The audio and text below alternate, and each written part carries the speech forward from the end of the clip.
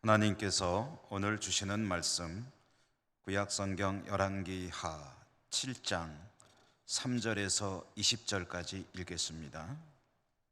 7장 3절에서 20절까지 교독하겠습니다.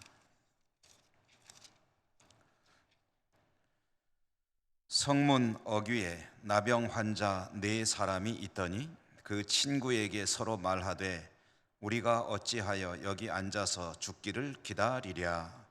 만일 우리가 성읍으로 가자고 말한다면 성읍에는 굶주림이 있으니 우리가 거기서 죽을 것이요 만일 우리가 여기서 머무르면 역시 우리가 죽을 것이라. 그런즉 우리가 가서 아람 군대에게 항복하자. 그들이 우리를 살려두면 살 것이요 우리를 죽이면 죽을 것이라 하고 아람 진으로 가려 하여 해질 무렵에 일어나 아람 진영 끝에 이르러서 본즉 그곳에 한 사람도 없으니 이는 주께서 아람 군대로 병거 소리와 말 소리와 큰 군대의 소리를 듣게 하셨으므로 아람 사람이 서로 말하기를 이스라엘 왕이 우리를 치려하여 헷 사람의 왕들과 애굽 왕들에게 값을 주고 그들을 우리에게 오게 하였다 하고 해질 무렵에 일어나서 도망하되 그 장막과 말과 나귀를 버리고 진영을 그대로 두고 목숨을 위하여 도망하였음이라. 그 나병 환자들이 진영 끝에 이르자 한 장막에 들어가서 먹고 마시고 거기서 은과 금과 의복을 가지고 가서 감추고 다시 와서 다른 장막에 들어가 거기서도 가지고 가서 감추니라. 나병 환자들이 그 친구에게 서로 말하되 우리가 이렇게 해서는 아니 되겠도다. 오늘은 아름다운 소식이 있는 날이거늘 우리가 침묵하고 있도다. 만일 밝은 아침까지 기다리면 벌이 우리에게 미칠지니 이제 떠나 왕궁에 가서 알리자 하고 그래서 성읍 문지기를 불러 그들에게 말하여 이르되 우리가 아람진에 이르러서 보니 거기 한 사람도 없고 사람의 소리도 없고 오직 말과 나귀만 매어 있고 장막들이 그대로 있더이다 하는지라. 그가 문지기들을 부르매 그들이 왕궁에 있는 자에게 말하니 왕이 밤에 일어나 그의 신복들에게 이르되 아람 사람이 우리에게 행한 것을 내가 너희에게 알게 하노니 그들이 우리가 줄인 것을 알고 있으므로 그 진영을 떠나서 들에 매복하고 스스로 이르기를 그들이 성읍에서 나오거든 우리가 사로잡고 성읍에 들어가겠다 한 것이니라. 그의 신하 중 한 사람이 대답하여 이르되 청하건대 아직 성중에 남아있는 말 5마리를 취하고 사람을 보내 정탐하게 하소서.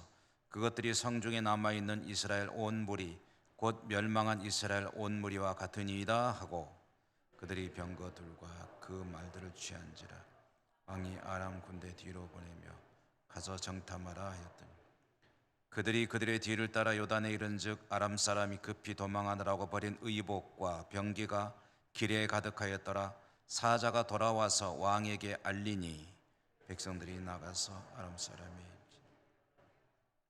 이에 고운 밀가루 한 스와 한 세겔이 되니 보리 2사가 한 세겔이 되니 여호와의 말씀과 같이 되었고 왕이 그의 손에 의지하였던 그의 장관을 세워 성문을 지키게 하였더니 백성이 성문에서 그를 밟음에 하나님의 사람의 말대로 죽었으니 곧 왕이 내려왔을 때에 그가 말한 대로라. 하나님의 사람이 왕에게 말한 바와 같으니 이르기를 내일 이맘때에 사마리아 성문에서 보리 2스아를 한 세겔로 매매하고 고운 밀가루 한 스아를 한 세겔로 매매하리라 한즉 그때에 이 장관이 하나님의 사람에게 대답하여 이르되 여호와께서 하늘에 창을 내신들 어찌 이 일이 있으랴 하며 대답하기를 내가 내 눈으로 보리라 그러나 그것을 먹지는 못하리라 하였더니 그의 장관에게 그대로 이루어졌으니 곧 백성이 성문에서 그를 밟음에 죽었더라. 아멘. 오늘도 말씀의 은혜가 여러분 가운데 풍성하시기를 기원합니다. 열왕기하 읽기로 들어와서 오늘 이제 11번째로 말씀을 읽었습니다. 지금 읽고 있는 이 대목은 전체 큰 열왕기하 전체를 놓고 보면은 엘리사 선지자의 활동 시기에 일어났던 여러 가지 일들을 우리가 읽어가고 있습니다. 지난주에 보았던 말씀은 아람 나라에서 이 북이스라엘을 여러 차례 침공해 왔는데 한 번도 성공한 적이 없거든요. 도대체 왜 우리가 이렇게 전쟁을 여러 차례 했음에도 불구하고 소득이 없느냐 하고 따져보니까 이 이스라엘에서 아람의 작전을 다 들여다보듯이 알고 있더라. 도대체 이게 어떻게 된 거냐? 그것도 알아보니 이제 이스라엘의 선지자 엘리사가 왕이 침상에서 하는 말까지 다 알고 있다. 그러니까 속속들이 알고 있다. 그러므로 그 엘리사가 있는 한은 우리 아람이 북이스라엘을 쳐들어가서 성공할 수가 없다. 그래서 내린 결론이 뭐냐면 엘리사를 제거하자라는 것이었죠. 그래서 군대를 동원해서 엘리사를 제거하려고 시도했다가 망신만 당하고 돌아갔습니다. 그때에 이 아람의 군대가 몰살을 당할 뻔했는데 이 엘리사의 제안으로 이스라엘 임금이 그 제안을 받아들여서 아람 군대에 은혜를 베풀고 이제 돌려보내준 그런 일이 있었죠. 그리고 그 이후로 이 아람은 이스라엘에 대한 군사적 도발을 하지 않게 되었다 하는 이야기를 우리가 지난 수요일에 보았습니다. 자, 그런데 이제 그 뒤에 이어지는 이야기를 오늘 다 읽지는 않고 그 뒷부분만 읽었습니다만은 오늘 우리가 좀 건너뛴 부분의 말씀을 여러분에게 전해드리겠습니다. 근데 이 아람이 아주 크게 혼이 나고 이스라엘이 자비를 베풀어 주었기 때문에 살아서 돌아갈 수 있었고, 그래서 한동안은 이스라엘에 대해서 딴 마음을 품지 않았다는 거죠. 그런데 그게 이제 영원할 수는 없습니다.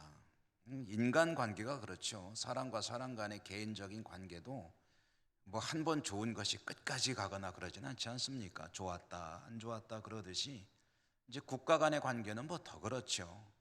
국제 관계라는 것은 각국 자기 나라의 이익에 따라서 이제 수시로 변하는 것이 이제 국제 관계, 외교 관계 그런 것인데요. 아람은 다시는 이스라엘을 침략하지 않을 것 같이 보였지만 결국 얼마간의 시간이 흐른 후에 다시 또 쳐들어오게 됐습니다. 이것은 어쩌면 국경을 맞대고 있는 나라들 간에는 피할 수 없는 그런 일이 아닌가 싶습니다. 아람의 벤하닷이라고 하는 임금이 군대를 이제 몰고 와서 사마리아 성, 북이스라엘 왕국의 수도인 사마리아 성을 포위 공격했습니다. 사마리아 성이 수도이기 때문에 왕이 있는 곳이고, 이 성을 함락할 수만 있다면 북이스라엘을 이제 정복하는 것이 되는 것이죠. 북왕국 이스라엘은 망할 위기에 이제 처해 있는 거고요. 근데 이제 아람의 군대가 북이스라엘로 쳐들어와서 사마리아 성을 포위하고 있을 때, 포위하고 뭐 열심히 공격을 할 수도 있지만 공격 안 하고 포위만 하고 있어도 이게 굉장히 참 위험한 상황입니다. 쳐들어온 나라는 굳이 군사들의 생명을 잃어가면서 성벽을 깨고 들어가려고 사실 노력 안 해도 된다. 지키고 가만히 있기만 하면 안에 있는 갇혀 있는 이 사람들은 이제 말라 죽게 돼 있다. 이제 이런 얘기입니다. 쳐들어온 나라는 굳이 공격할 필요가 없고 포위하고 철통같이 지키고만 있으면 안에 있는 나라 이 사람들은 식량이라는 것이 한정되어 있고 또 물 같은 것도 사정이 나빠질 수가 있기 때문에 안에서 결국은 버티다가 나중에는 견디지 못하면 항복하게 돼 있죠. 아마 아람의 작전이 그것이었던 것 같습니다. 이 사마리아 성을 둘러싸고 이제 스스로 이 사마리아 성 사람들이 두 손 들고 나오기를 기다리고 있었는지 그렇게 이제 대치 기간이 길어지게 되었는데, 이제 예루살렘 성 안에는 이 사마리아 성 안에는 이 양식이 많이 준비가 혹시 되어 있다 할지라도 결국은 매일 먹다 보면 축나게 되고 언젠가는 이제 끊어지지 않겠습니까?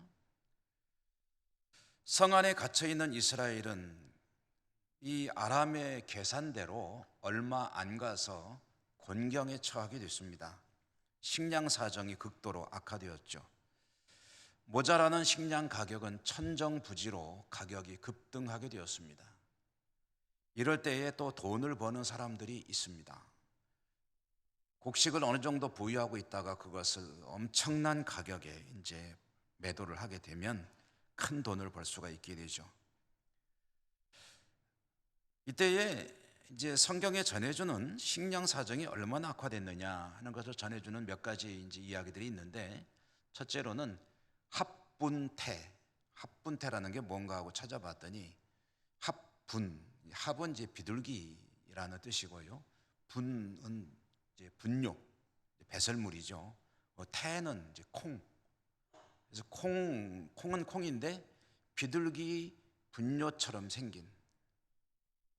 저는 비둘기 그 배설물을 보지 못해서 잘 모르겠습니다만은 콩이 아마 조그마하고 그런 것이 아니었나 싶어요. 그래서 이런 것은 아마 이제 일반 서민들이 거칠은 그런 양식처럼 사용하던 그런 콩이었던 것 같은데요. 그 콩이 거래가 되는데 가격이 얼마였느냐 하고 보니까 이 합분태 비둘기 배설물 같은 이 콩이 4분의 1 값에 약 5세겔 정도의 거래가 되었다. 이 성경이 전해주는 이야기입니다. 그런데 이제 4분의 1 값이 얼마냐고 보니까 한 반대 정도 되는 이 보잘것없는 콩이 약 5세겔의 거래가 되었다 하는데, 이 당시에 5세겔의 가치가 얼마나 되는지는 사실 정확히 알 수는 없습니다만은 성경이 이렇게 말하는 의도는 뭐 뻔합니다. 어마어마한 가격에, 도저히 있을 수 없는 터무니없는 가격에 이런 거친 콩 같은 것들도 거래가 될 만큼 식량 사정이 악화가 됐었다. 또 한 가지 이제 기준으로 제시하는 게 뭐가 있냐면 나귀 머리. 그러니까 나귀 머리가 우리 뭐 돼지 머리 이렇게 육류로 이렇게 먹듯이 이 나귀 머리도 육류로 이제 말하자면 식재료로 거래가 되었던 것 같습니다. 이 나귀 머리 같은 것은 은 80세겔에 거래가 되었다. 이게 이제 평상시 가격이 얼마인지도 좀 알려줬으면 좋았을 텐데, 어쨌든 이 굉장히 비싼 가격에 거래가 되고 있었다. 그만큼 식량 사정이 악화가 되었다. 자, 이것은 이제 시장 가격을 중심으로 해서 사마리아 성내의 위기 상황을 전해주는 그런 지표인데요. 이것보다 더한 일이 벌어지고 있었습니다. 이런 식재료나마 구할 수 있는 사람들은 그나마 그걸로 밥을 지어 먹든지 뭐 떡을 만들어 먹든지 아니면 나귀머리를 삶아서 뜯어 먹든지 했을 터인데, 이제 그것도 안 되는 사람들은 어떻게 했느냐. 이 당시 북이스라엘의 임금이 이제 여호람 임금인데, 여호람 임금이 이제 성내 사정을 둘러보기 위해서 이제 순시를 한 것이겠죠. 순시를 하다가 참 기가 막힌 광경을 목격하게 되었습니다. 그 이야기를 성경이 전해주는데, 우리는 이제 건너뛴 부분에 있는 이야기입니다. 두 여성이 다투고 있더라는 거예요. 두 여성이 다투고 있는데 자초지종을 알아보니까 사연인 즉슨 이런 이야기였습니다. 이 두 사람은 뭐 비둘기 배설물 같이 생긴 그런 콩도 구할 수 없고 나귀 머리는 뭐 엄두도 안 나고 먹을 게 없는 사람들인데 굶어 죽어가고 있던 이 두 여성이 이 합의를 본 게 뭐냐면 아이들을 잡아먹자. 그래가지고 각자 아들이 있는데 아이들을 잡아먹자. 그래가지고 이제 순서를 정하자. 해가지고 순서는 어떻게 정했는지 모르겠지만 한 아이를 말하자면 잡아먹었다는 거예요. 그렇게 해서 어쨌든 이제 생명을 이어가는데 이제 한 아이를 이제 다 먹었는지 다른 아이를 이제 잡아먹을 순서가 됐다 해가지고 둘이서 이제 얘기를 하니까 이 애기 엄마가 나는 못하겠다 그러고 이제 말하자면은 약속을 어긴 거예요. 그러니까 무슨 소리냐, 나는 우리 아기를 그렇게 했는데 너도 약속을 지켜야 될 거 아니냐, 그러니까 난 못하겠다 하고 저 둘이서 이제 여성들이 싸우고 있는 그 광경을 임금이 목격을 한 겁니다. 이때 왕이 성경에 보면은 이제 배옷을 입고 있었다 그래요. 배옷. 이 배옷이라는 것이 왕이 입는 옷이 아니거든요. 그러니까 왕은 이제 최고급 옷감으로 이제 수입 옷감, 이집트제 수입 옷감, 그 다음에 저 소아시아 쪽에서 나는 그 자색 자주 옷감 뭐 이런 걸로 옷을 만들어 입어야 되는데 왕이 베옷을 입고 있었다 하는 건 무슨 얘기냐면 이 여호람 왕이 하나님의 어떤 긍휼과 자비를 구하기 위해서 최대한 검소하게 그리고 불쌍해 보이게 옷을 입고 있었다는 이야기입니다. 그러니까 베옷은 회개할 때 하나님 앞에 뭔가 잘못한 것이 있어서 용서를 구하고 자비를 구할 때 입는 옷이 베옷이거든요.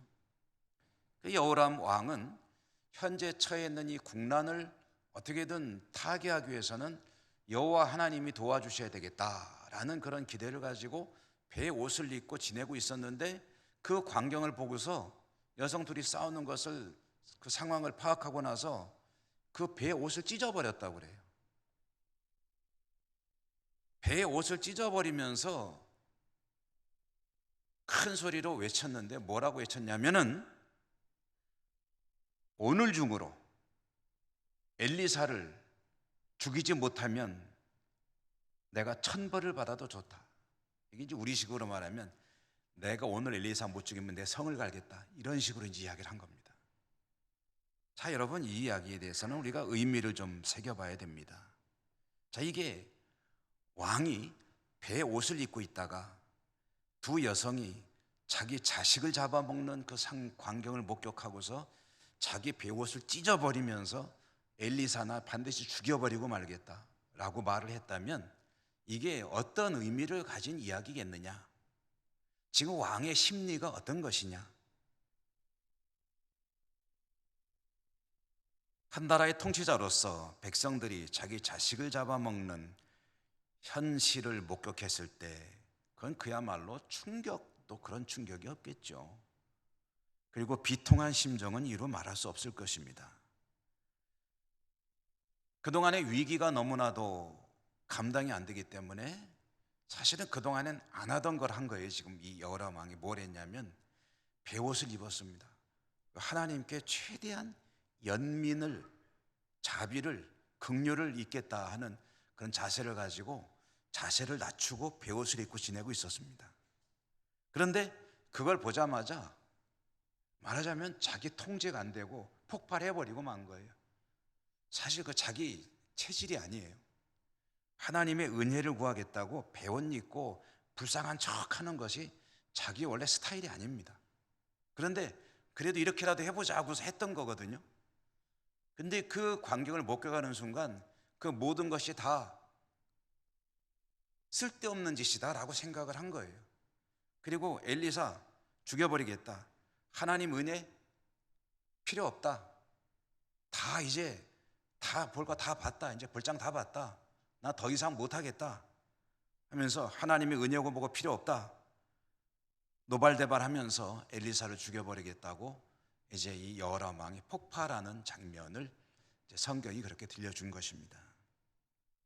그러니까 여러분 이 여호람 임금이 이렇게 거친 행동을 보이며 입 밖에 내기 참 어려운 말을 하는 그 내막을 좀 들여다보면 좀 전에도 말씀드렸지만 겉으로는 베옷을 입고 하나님의 은혜를 어떻게든 받아보려고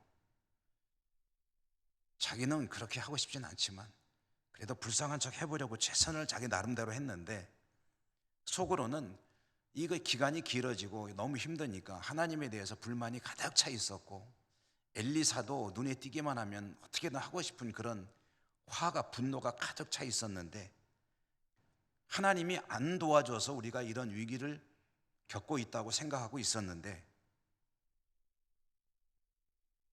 이게 이제 우리 속담으로 말하면 이런 속담이죠. 방귀 낀 놈이 성낸다. 성 낼 사람이 아닌데 성은 누가 내야 됩니까? 방귀 낀 사람 옆에 있는 사람이 성을 내야죠. 피해는 누가 보고 있습니까? 낀 사람이 피해 봅니까? 옆에 있는 사람이 피해 봅니까? 그런 건 피해라고 생각 안 하십니까? 근데 끼워놓고 자기가 화를 내고 있으면 그러니까 하나님의 은혜를 긍휼과 자비를 구하려면 또 하나님의 축복 가운데 살려면은 해야 될 법도와 가야 될 길이 있고 어떻게 살면 되는데 그건 안 해놓고 안 도와준다고, 위기에 처하게 한다고, 쳐다보지 않는다고 혼자서 막 성질 부리고 있지만 그 꾹꾹 눌러 참고서 어떻게든 좀 도움을 받아보려고 하다가 잘 안 되니까 그냥 폭발해 버리는 것.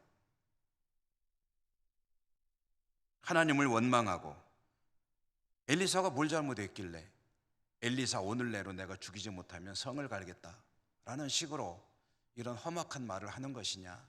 사실 여러분 이해가 안 됩니다. 화가 나가지고 화풀이 하려면 화풀이 할 사람한테 해야지, 화풀이 할 대상한테 해야지. 여러분, 제가 가끔 이제 그런 말씀을 드립니다만은, 제가 먼저 교회에서 성경 공부반을 한번 운영할 때 약 한 몇십 명의 이제 수강하시는 분들이 있고, 그중에 권사님 한 분이 이제 맨 앞에 앉아서 열심히 성경 공부하는 분인데 저한테 그런 질문을 해요. 하나님이 왜 그렇게 우리를 안 도와주시냐 하면서, 하나님이 왜 이렇게 내 삶이 좀 힘들고 그럴 때 이렇게 좀 개입해서 역사 좀 해주시고 문제 좀 풀어주시고 그러면 되지, 근데 하나님이 참 원망스럽다, 막 그런 말씀을 하시더라고요. 근데 그때 제가 마음이 너무 한편으로는 슬프기도 하고, 한편으로는 괴롭기도 하고, 한편으로는 화가 나기도 하더라고요. 그래서 제가 권사님한테 질문을 이렇게 했어요. 권사님, 저 예수님을 원망하시는 마음이 있는데 도대체 예수님이 권사님한테 뭘 잘못했습니까? 예수님이 권사님한테 원망 들을 일을 한 게 뭐가 있습니까? 예수님이 권사님 위해서 한 일이 무엇입니까? 권사님에게 생명 주겠다고 자기 자신을 십자가에 못 박아 스스로 죽은 그것 말고 한 게 뭐가 있습니까? 예수님 이름으로 기도하면, 하나님께 기도하면 은혜 가운데 그래도 이런저런 은혜를 베푸시는 것, 그거 권사님이 뭐 대가 주고, 정당한 대가를 주고 그거 뭐 교환한 겁니까? 아니면 예수님께서 일방적으로 주신 겁니까? 주시면은 고마운 거 아닙니까? 왜 예수님을 원망합니까? 나중에 권사님한테 제가 미안하다고 그랬어요. 화내서 미안하다고 그랬는데, 사실 그래요. 그렇지 않습니까? 우리는 하나님을 원망할 이유가 없습니다. 하나님이 도대체 뭘 잘못했는데.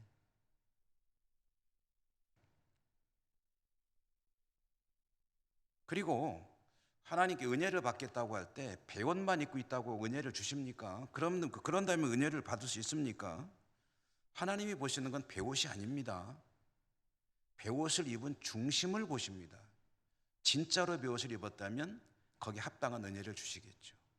그러나 뭔가 가식으로 껍데기만 입고 있는 거라면 하나님이 거기에 속지 않으시죠. 하나님은 중심을 보신다. 중심을 보시는 하나님이 겉모습에 속아 넘어가지 않으시죠. 신약성경 갈라디아 6장 7절에 보면, 스스로 속이지 말라. 하나님은 업신여김을 받지 아니하시나니 사람이 무엇으로 심든지 그대로 거두리라 라고 했습니다. 하나님을 우습게 보지 말라는 거예요. 하나님을 속일 수 있다고 생각하지 말라는 거예요.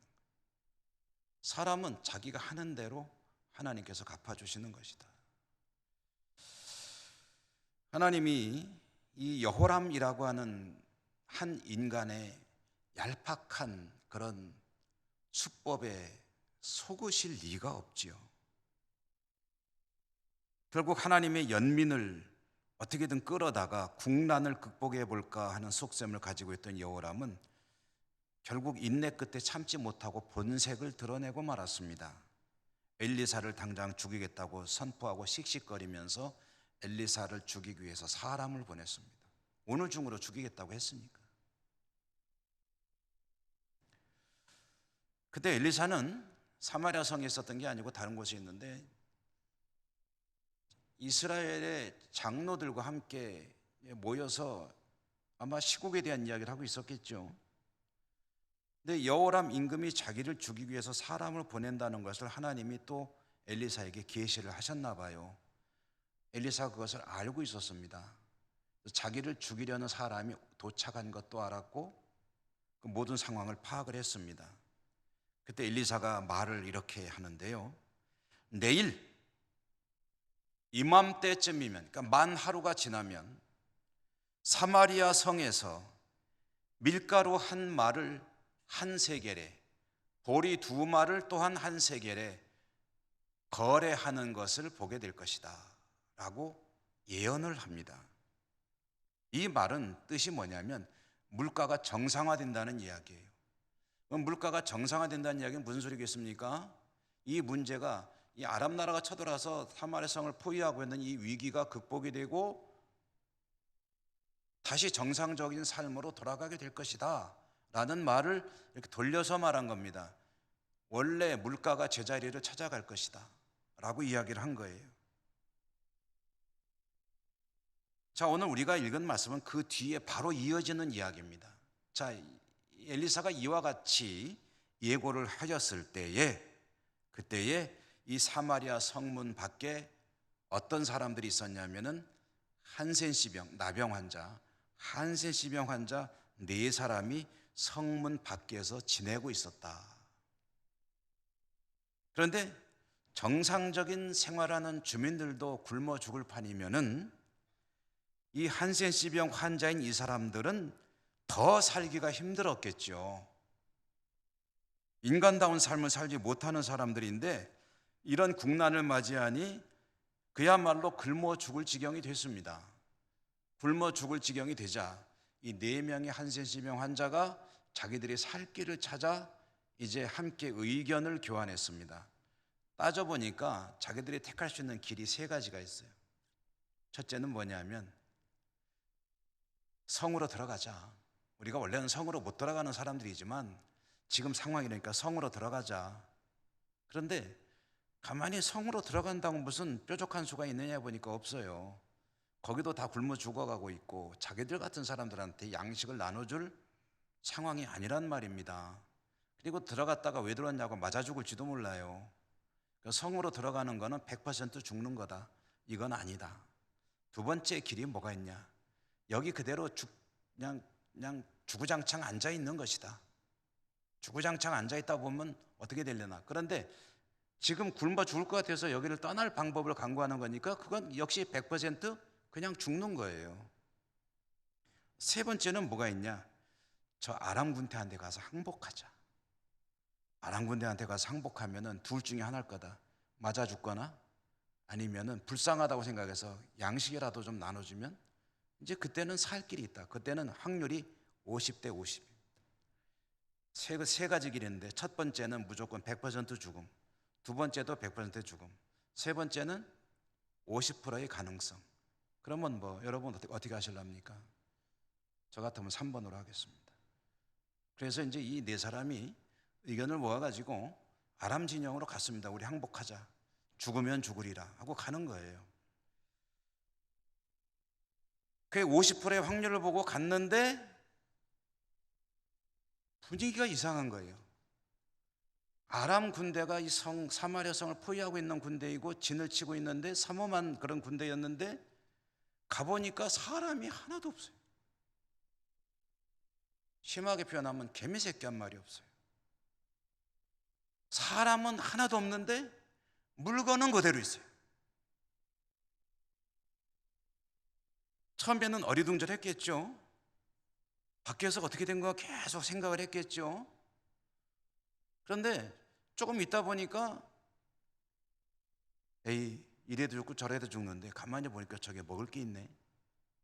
들어가서 일단 뭐 배부터 채우자. 그래서 먹었습니다. 옆에 보니까 음료도 있네. 마셨습니다.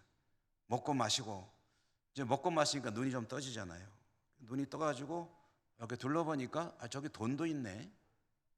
귀중품도 있네. 옷도 있네. 여러분 옷이 고대 사회에서는 귀중품입니다. 그래서 그런 것들을 다 챙기는 동안에도 사람 한 사람이 없는 거예요. 야, 우선 기운 좀 차렸으니까 지금 요 귀중품들을 갖다가 좀 어디다 좀 숨겨놓자고서 자기들만은 아는 장소에 갖다가 이제 숨겼습니다. 그리고 다시 돌아와도 또 사람이 없네. 아마 또 먹지 않았을까 싶어요. 계속 있을 때 먹어둬야죠. 그리고 이제 진짜 뭐 더 이상 먹을 수 없을 만큼 먹고 물건도 좀 챙길 만큼 챙겨놓고 제정신이 든 다음에 가만히 생각을 해보니까 자기들은 살았는데 이 소식을 성에다가 전해주지 않으면 큰 경을 칠 것 같아. 나중에 잘못하면 차형당할지도 몰라. 그런 생각이 드는 거예요. 그래서 성으로 가서 그 이야기를 전해주었습니다. 이보시오, 우리가 아람진영에 가봤더니 여차저차 합디다. 보초한테 얘기를 하니까 보초가 대장한테, 대장이 이제 왕에게까지 보고를 해가지고 왕의 신하들을 모아서 회의를 하게 됐습니다. 왕은 의심합니다. 아람 군대가 우리들을 포위하고 있는데 저 사람들도 지루할 거다. 그러니까 우리를 성 밖으로 끌어내기 위해서 이게 지금 일종의 작전이다. 그러면 우리가 함부로 문을 열고 나가면 안 된다 하고서 왕이 의심을 하고 안 나가려고 합니다. 그랬더니 신하 하나가 말하기를, 왕이시여, 그럴 게 아니라 한번 좀 정탐꾼을 보내서 상황을 파악해 봅시다. 그래 볼까? 하고서 나가 보았더니 한센병 환자들의 보고대로 아람 군대는 그림자도 안 보이고 그대로 그들이 두고 간 물건이 있는 것을 확인을 했습니다. 이렇게 해서 이 어려운 상황은 너무나도 싱겁게 종료가 되었습니다. 모든 것이 정상화되었습니다. 엘리사가 예고한 대로 물가가 즉시 정상을 찾았습니다. 그래서 밀가루 한 마리 한 세겔에, 또 보리는 2말에 한 세겔에 거래가 돼요. 아까는 그 정말 사람이 먹기도 잘 먹지도 않는 그 비둘기 배설물같이 생긴 콩 한 주먹에 5세겔 했었는데 지금은 밀가루 한 말에 보리 2말에 한 세겔에 거래가 되었다라고 하니까 이게 정상화가 된 거죠. 아마 물가가 한 50배쯤 오른 게 아니었나 생각이 돼요.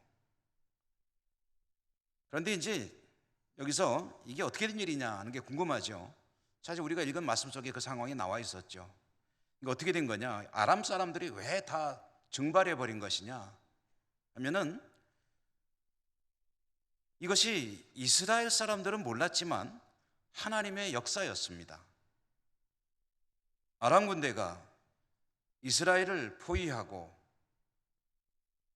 이제 항복하기를 기다리고 있던 어느 날, 그 날이었죠. 한센병 환자들이 아람 진영을 찾아오던 그날 저녁 황혼이 질 때, 황혼 어스름에 이 일이 벌어졌는데 아람 군대 사람들이 엄청난 그런 소리를 듣게 됐습니다. 그 소리는 무슨 소리냐면은 많은 군대가, 기마대가, 그리고 전차부대가 밀려오는 소리였습니다. 전쟁터에서 지내는 군인들이 들을 때에는 이건 뭐 틀림없는 어마어마한 군대가 몰려오는 소리인 거예요. 요즘으로 친다면 장갑차가, 또 탱크 부대가 밀고 들어오는 소리에다가 그 다음에 비행기 소리가 씩씩 나면서 지금 저쪽에서 어마어마한 군대가 몰려오고 있는 그런 소리가 막 들려오는 거예요. 아람 사람들은 이 소리를 어떻게 이해했느냐 하면은 이스라엘 나라가 위기에 봉착했기 때문에 자기들의 우방이라고 할 수 있는 헷 제국 그리고 이집트 제국에다가 돈을 엄청나게 주고 군대를, 지원군을 요청했나 보다. 그래서 그 나라에 그 군대가 지금 몰려오고 있는 소리로구나 라고 이해를 했습니다. 아람 나라의 군대도 강력한 군대이지만 이집트의 군대나 헷 제국의 군대와는 또 격이 다릅니다. 체급이 맞질 않습니다. 이스라엘의 군대를 초등학생이라고 한다면, 아람 나라의 군대를 중고등학생이라고 친다면, 이 헷 제국이나 이집트의 사람들은 정규군이라고 치면 됩니다. 싸움이 안 됩니다. 아람 나라 사람들이 놀랄 수밖에 없죠. 소리만 듣고 모두 다 짐을 챙길 겨를도 없이 걸음아 나살려라 하고 몸만 빠져서 다 도주해 버린 것입니다. 썰물 빠져나가듯이 아람 군대가 겁을 먹고 서둘러서 자기들 생명만 구하면 다행이다 싶어서 지금 저기서 막 말이 달려오고 있으니까 기마 부대가, 전차 부대가, 그러니 하루 한 걸음이라도 도망가는 것이 내가 사는 길이다 하고서 서둘러서 쫙 빠져나갔는데, 여러분 이걸 이제 연극으로 비유하면 이런 겁니다. 연극 무대에서 막 연기를 하던 배우들이 장막 뒤로 싹 빠져나간 다음에 이제 4명의 환선씨 명자가 무대로 탁 등장한 거예요. 그래가지고 다 어디 갔지 이 사람들? 그래가면서 먹을 거 먹고 마시고 자기들 물건 챙기고 하는 그런 광경이 이제 이어진 것입니다.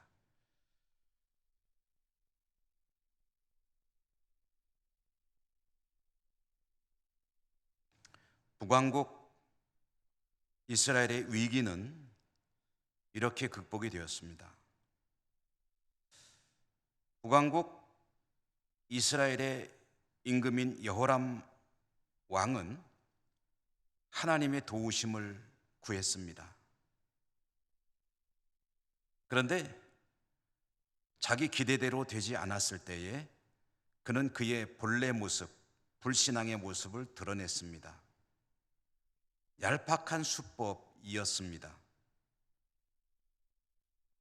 하나님은 그런 여호람 임금을 보아서라면 이스라엘을 구원하지 않으실 것 같았습니다. 그런데 이스라엘을 구원하셨습니다. 엘리사에게 말씀을 주어서 예언하게 했습니다. 그리고 그대로 말씀하신 그대로 이루셨습니다. 이스라엘의 임금이나 백성들의 삶을 하나님께서 보신다면 하나님 입장에서 그렇게 구원하고 싶을 마음이 생기지 않으셨을 것입니다. 그러나 하나님은 이스라엘을 불쌍히 여기셨습니다. 이스라엘을 구원하셨죠. 또 한 번 구원하셨습니다. 여러분, 이 모습이 하나님과 그 백성 간의 관계의 전형입니다. 아주 전형적인 하나님과 그 백성의 관계입니다.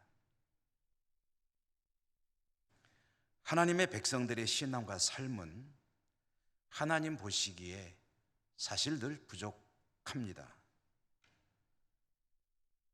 그러나 하나님께서는 부족함을 보시고 관계를 청산하시는 것이 아니라 계속해서 긍휼과 자비를 베푸시고 용서하시며 또 용서하시고 구원하시며 생명의 길로 인도해 가십니다. 이스라엘 나라의 역사 이야기가 뼈대를 이루고 있는 구약 성경의 그 줄거리를 훑어가다 보면 태초부터 에덴의 낙원부터 아담과 하와 이야기부터 이어지는 아브라함과 족장들의 이야기, 그리고 출애굽과 가나안 정복 사사들의 이야기, 오늘 우리가 읽고 있는 왕들의 이야기에 이르기까지 이 모든 이야기들을 읽어보면 하나님이 주시는 말씀의 핵심, 가장 중심에는 뭐가 들어있느냐 하면은 하나님이 오래 참으시고 또 노하기를 더디하시며 끊임없이 인자를 베푸시는 이야기입니다. 하나님의 백성들은 하나님을 향해서 끊임없이 불신앙의 모습으로 다가가고 하나님을 배신하는 거죠. 하나님의 기대를 저버릴 때가 충족시켜 드릴 때보다 훨씬 많죠. 그런 불신앙의 백성들을 하나님께서 관계를 싹 정리하지 않으시고 계속해서 용서하시고 또 용서하시고 구원하시고 또 구원하시는 이야기, 그것이 쭉 이어지는 것이 성경의 줄거리입니다. 그리고 앞으로도 그럴 것입니다. 맨 마지막 때에는 어떻게 하십니까? 이제 그때는 더 용서하시고 그럴 필요가 없어요. 왜냐하면 하나님께서 자신의 나라를 완성하실 것이기 때문에. 성경은 그것으로 끝나지 않습니까? 하나님께서 그 나라를 완성하시고 거기에서 살게 될 백성들의 이야기를 요한계시록에서 들려주시면서 성경 이야기를 매듭을 짓고 계신데, 거기에 이를 때까지 하나님은 하나님의 백성들을 구원하시기 위해서 계속해서 용서하시고 기다리시고 돌아오는 백성들을 맞아주시고 여전히 부족함이 있어도 은혜로 사랑으로 돌보아 주신다 하는 것이 성경이 전해주는 하나님의 이야기입니다. 저나 여러분 우리 모두들은 계속해서 하나님 앞에 부족한 모습으로 살아가고 있죠. 그러니까 하나님 앞에 기도하려고 머리를 조아리면 먼저 생각나는 단어가 무엇입니까? 하나님 죄송합니다. 하나님 부족한 저의 믿음과 허물 많은 신앙과 삶을 용서해 주십시오. 이 기도가 안 나오면은 자기 자신을 잘 모르는 거예요. 항상 하나님 저는 참 괜찮죠? 잘했죠? 이렇게 기도가 나오면은 그게 바로 이제 누구의 기도입니까? 바리새인의 기도죠. 하나님 저는 죄인입니다. 세리의 기도죠. 이게 정상입니다. 왜냐? 실제로 그렇기 때문에. 그런 하나님의 백성들을 오래 참아주시고 계속해서 은혜를 베푸시고 구원하시는 하나님, 하나님께 정말 여전히 앞으로도 부족한 모습을 많이 드러내고 살 것입니다. 그렇지만 한 가지 사실을 잊지 말아야 되겠다. 그것은 그럼에도 불구하고 계속해서 은혜를 베푸시고 생명을 주시며 구원을 이루어 가시는 그 하나님께 감사하는 일이다. 하나님 감사합니다. 하나님 감사합니다. 하나님 감사합니다. 이 감사가 입에 발린 그런 삶을 사는 것이 참으로 중요합니다. 하나님 고맙습니다. 하나님 감사합니다. 생각하면 감사하지 않은 것이 없죠. 모든 것이 감사죠. 늘 감사로 승리하시는 여러분의 삶이 되시기를 주님 이름으로 축원합니다. 은혜로우신 하나님 감사합니다. 오늘도 부족한 저희들이 하나님 앞에 어떤 신앙으로 모습으로 살아야 될지 이야기를 들려주시며 깨닫게 해주셨습니다. 부족하지만 그러나 하나님을 믿는 믿음에는 조금도 의심의 여지가 없습니다. 하나님 바라보며 믿음으로 살겠사오니 부족한 저희들 때를 따라 돕는 은혜를 주시고 은사를 더해 주시고 또 구원해 주시고 영생의 소유자로서 하나님 앞에 늘 감사와 찬양과 영광을 돌려드리는 복된 성도의 삶을 살아갈 수 있도록 인도하시고 축복해 주옵소서. 예수님 이름으로 감사하고 기도드립니다. 아멘.